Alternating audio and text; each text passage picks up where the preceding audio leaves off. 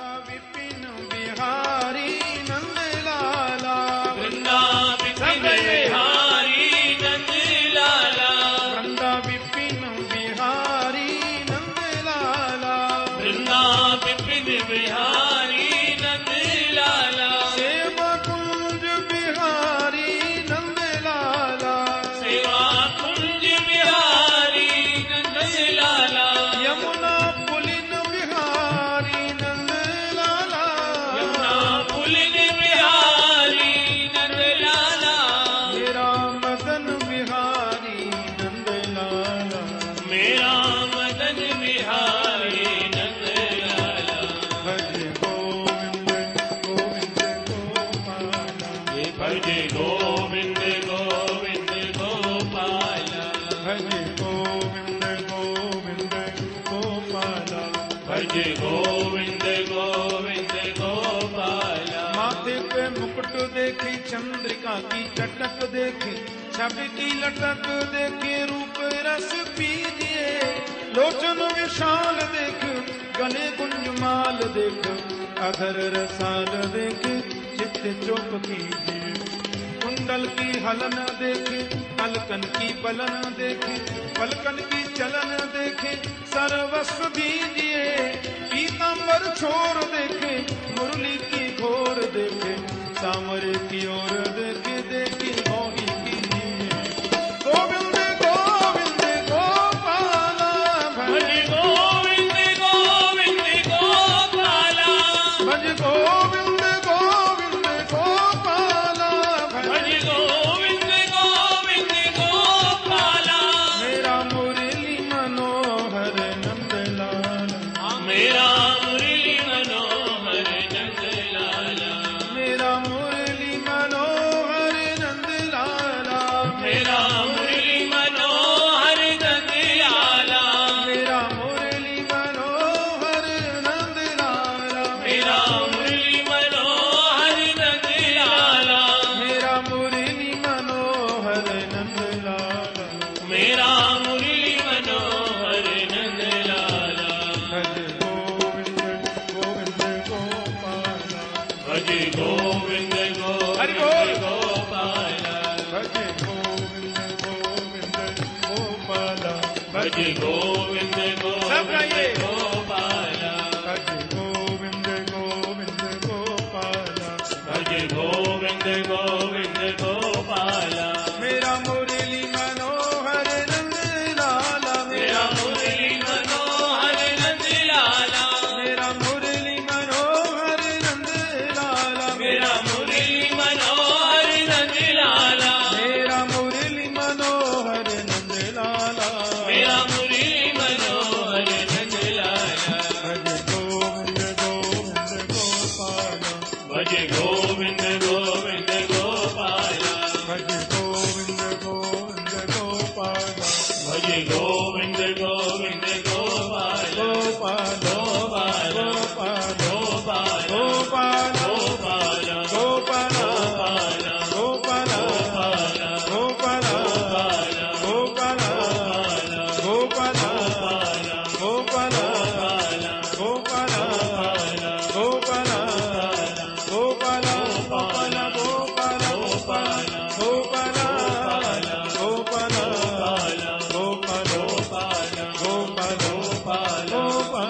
गोपाला गोपाला गोपाला गोपाला गोपाला गोपाला गोपाला गोविंद गोविंद गोपाला, भज गोविंद गोविंद गोपाला, भज गोविंद गोविंद गोपाला, भज गोविंद गोविंद गोपाला। पति पत्नी दोनों मिलकर के गोविंद के भजन में लीन हो जाते हैं, क्योंकि सर्वम त्यक्त्वा हरिं भजेत ये परीक्षित की मनस्थिति है। भगवान की कृपा, संतों का आशीर्वाद, वे दिनों दिन प्रजा का प्रशासन बड़ी कुशलता से कर रहे हैं। क्रमशः 4 पुत्र परीक्षित को हुए। 4 पुत्रों में जो ज्येष्ठ हैं उनका नाम ही तो जन्मेजय है। माता शत्रु पिता वैरी ये न बालो न पाठित। वे माता पिता तो अपने पुत्रों के शत्रु होते हैं जो बच्चों को सुंदर शिक्षा नहीं देते। समय समय पर बाल गोपालों को सुंदर शिक्षा दीजिए, व्यावहारिक भी व्यावसायिक भी व्यवस्था संबंधी भी बहुत जरूरी है। और आदर्श परीक्षित के राज्य में कोई घर में ताला तो लगाता ही नहीं, किसी को जरूरत ही नहीं ताला लगाने की। एक दूसरे के प्रति अत्यंत अद्भुत प्रेम है सबको। प्यार से बोलो जय श्री कृष्ण। वैसे हम लोगों की एकादशी कल है, पर कुछ लोग एकादशी आज भी किए हैं, मुझे ऐसा लगता है। वैसे स्मार्त भक्तों की एकादशी आज है, वैष्णवों की कल है। इसलिए आज जय श्री कृष्ण में करंट कम आ रहा है। पेट्रोल नहीं तो गाड़ी कहां से चले। पर हमारे वृंदावन में जैसी एकादशी होती है ना, ऐसी एकादशी तो रोज हमें तो अच्छा। जो जो माल मसाले बनते हैं, खाली आटा चावल ही तो नहीं खाना है, बाकी तो सब चलता ही है। कुट्टू की पूड़ियां, कुट्टू की पकौड़ियां, सामा की खीर, साबूदाने की खिचड़ी, बादाम की चकती, पिस्ता डालकर मिठाई, ऐसी एकादशी रोज आवे। फिर बोलने में कंजूसी क्यों? भाव से बोलो ना जय श्री कृष्ण। गृहस्थ आश्रम से निवृत्ति लेने का नियम है शास्त्र में, क्योंकि 50 के बाद में तो वन शुरू हो जाता है ना जी। वन एक क्या वन, इसका मतलब है वनम प्रव्रजेत धीर, वन में चले जाओ। एक सज्जन हमसे पूछने लगे, महाराज वानप्रस्थ में जाने का मन तो होता है, अब पहले तो लोग वन में जाते थे तो वन में फल मिल जाते थे, फल खा करके भजन करते थे। अब वन में जाए तो वन में पेड़ ही नहीं है तो फल कहां से होंगे, तो कैसे वन में जाएं? अरे मैंने कहा वन में जाने का मतलब है वृंदावन चले जाओ। जय श्री कृष्ण। वनम वृंदावनम नाम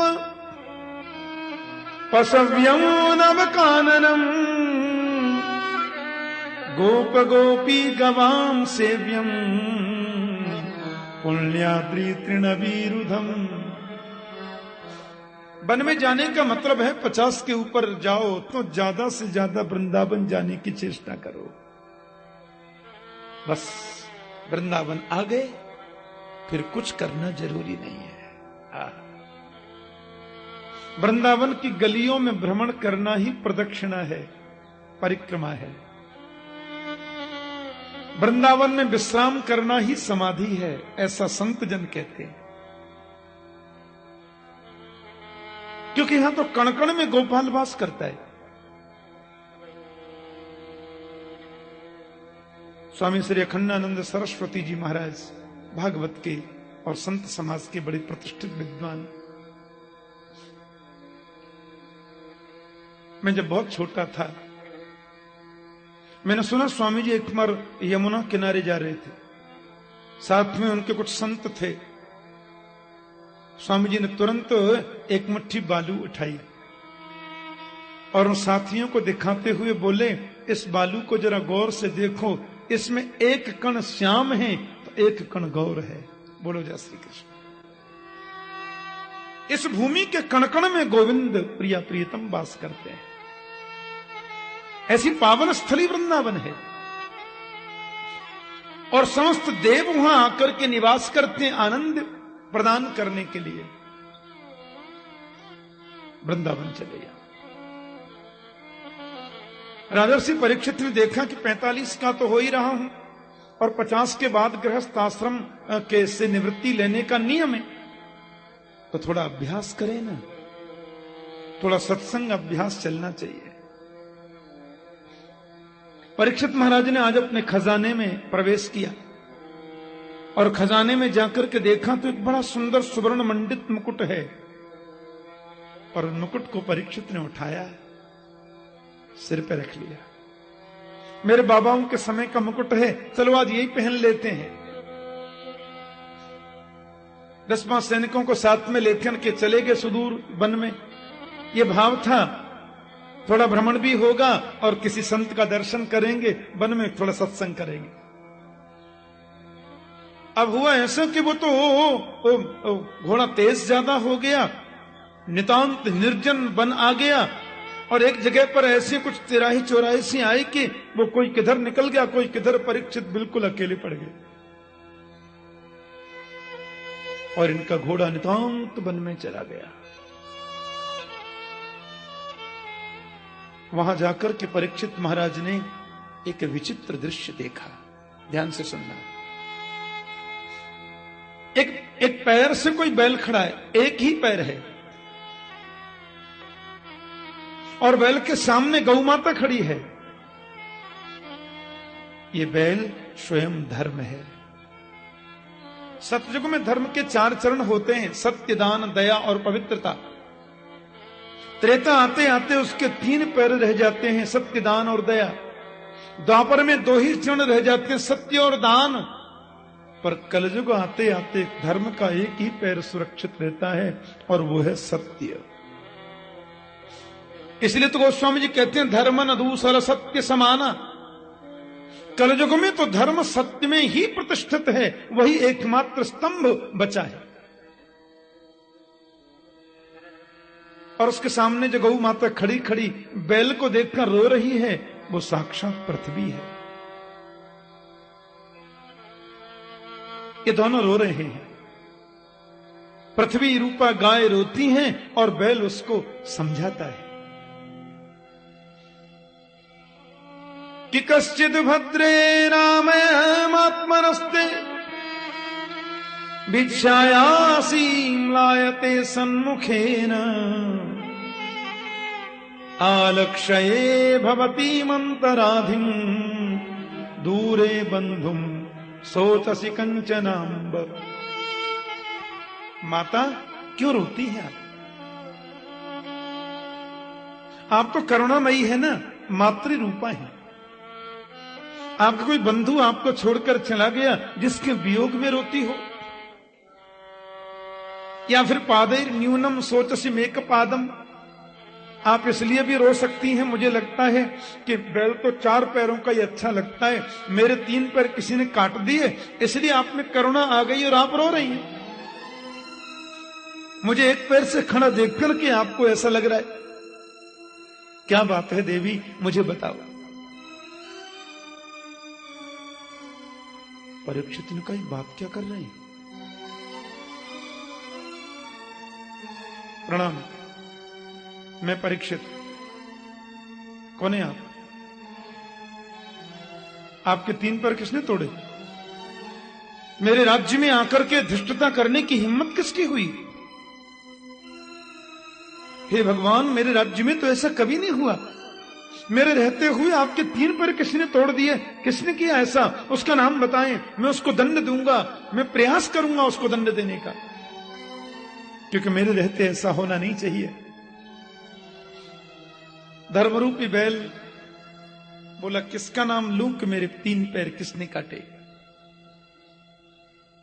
यदि हम कर्मयोग पर विश्वास करें, क्योंकि शास्त्रों में तो कर्मयोग, भक्ति योग, ज्ञान योग, मीमांसा, दर्शन, ये सब वर्णन है। अब यदि कर्म की बात पर विश्वास किया जाए तो दोषी कौन है? सोचो। कर्म किया है मैंने, तो फल पड़ोसी क्यों भोगेगा? मेरा कर्म ही ऐसा हुआ होगा राजन, जिससे कि 3 पैर टूट गए। अब इसमें नाम लेने और न लेने से क्या फर्क पड़ता है? मीमांसा दर्शन पर यदि चिंतन करें तो मीमांसा दर्शन में स्पष्ट किया गया है कि सुख और दुख दोनों मन की कल्पना है, दुख कुछ होता नहीं और सुख कुछ है ही नहीं। हम जिसको मान लेते हैं वो दुख है और जिसको नहीं मानते हैं वो सुख है। ये विचित्र बात है।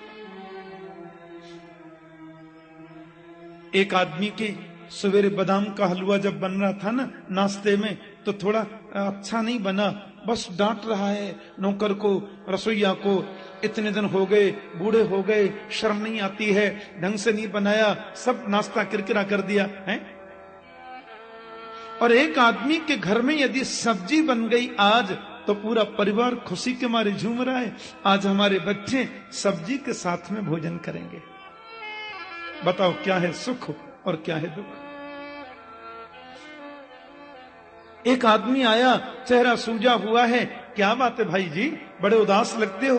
क्या बताऊं महाराज, रात में लाइट नहीं जली, और लाइट नहीं जली तो फिर वो एसी नहीं चला, एसी नहीं चला तो मैं तो बिना एसी के सो सकता नहीं महाराज, सो नहीं पाया। एक आदमी बिना एयर कंडीशन के सो सकता नहीं, और एक व्यक्ति खेत पर काम करते करते खेत की मेड़ पर हाथ की तकिया लगाई गहरी नींद में सो जाता है। बोलो क्या है सुख और क्या है दुख। एक आदमी कितने कितने प्रयास करता है। बंबई में 21 माला में एक परिवार रहता है, वो महिला बोली मुझे मच्छर बड़ा तंग करते हैं। उनके पति बोले देख लो इनके लिए 21 माला पे भी मच्छर आ जाते हैं, और मैं प्रथम तल पर भी सोऊं तो भी कोई तकलीफ नहीं होती। क्या है सुख और क्या है दुख बताओ। एक आदमी 10-5 लाख रुपए इधर से उधर हो जाए तो कोई फर्क नहीं पड़ता, और एक आदमी को 10-20 रुपए का ही फर्क पड़ जाए तो हार्ट अटैक आ जाता है। क्या है सुख और क्या है दुख। एक आदमी बिना मखमल के गद्दे के सो सकता नहीं है, और एक व्यक्ति बालू में सो जाता है। गिरिराज जी की तरहेटी में देखो, एक संत मैंने देखी गिरिराज तरहेटी में, वो महाराज 21,108 परिक्रमा दे रहे हैं दंडवती। एक जगह पर 21,108 बार उठते हैं, बैठते हैं, लंबे साष्टांग होते हैं। मैं दंग रह गया। मैंने कहा कितने दिन हो गए आपको। बोले 27 बरस तो हो गए, अभी आधी नहीं हुई। बोलो जय श्री कृष्ण। 27 वर्षों में आधी परिक्रमा नहीं हुई। एक जगह पर 21,108 बार दंडवत करना, फिर आगे बढ़ना। उन्होंने बताया कि 7-8 दिन में मैं 1 मीटर चल पाता हूं। 7-8 दिन में भी 21,108 नहीं हो पाता एक जगह। मैंने कहा सोते कहां हैं। बोले इधर ही टाट बिछा के सो जाता हूं। मैंने कहा बाबा और। बोले बगल के गांव में ब्रजवासियों के घर से मधुकरी मांग कर ले आता हूं, इधर ही खाया, सरोवर का पानी पिया, यहीं सो जाता हूं।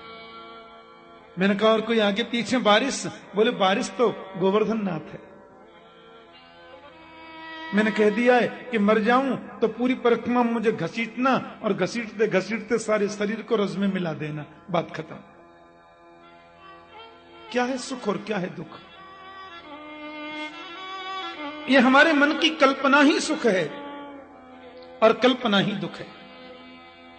हमारी मान्यताएं ही सुख और दुख को जन्म देती हैं। और महर्षि वेदव्यास के वेदांत दर्शन पर यदि हम विचार करें तो मां तो सब बात ही खत्म। महर्षि वेदव्यास का वेदांत दर्शन कहता है कि शरीर जन्म लेता है, शरीर बड़ा होता है, शरीर मोटा होता है, शरीर लंबा होता है, आत्मा न जन्म लेती है, न मरती है, न मोटी न पतली। तो पैर ही तो कटे हैं, मैं तो पैर हूं नहीं। कट गए तो कट गए, जुड़ गए तो जुड़ गए, क्या फर्क पड़ता है। परीक्षित ने कहा हे भगवान, ये तो महान पुरुष है, ये तो साक्षात धर्म है।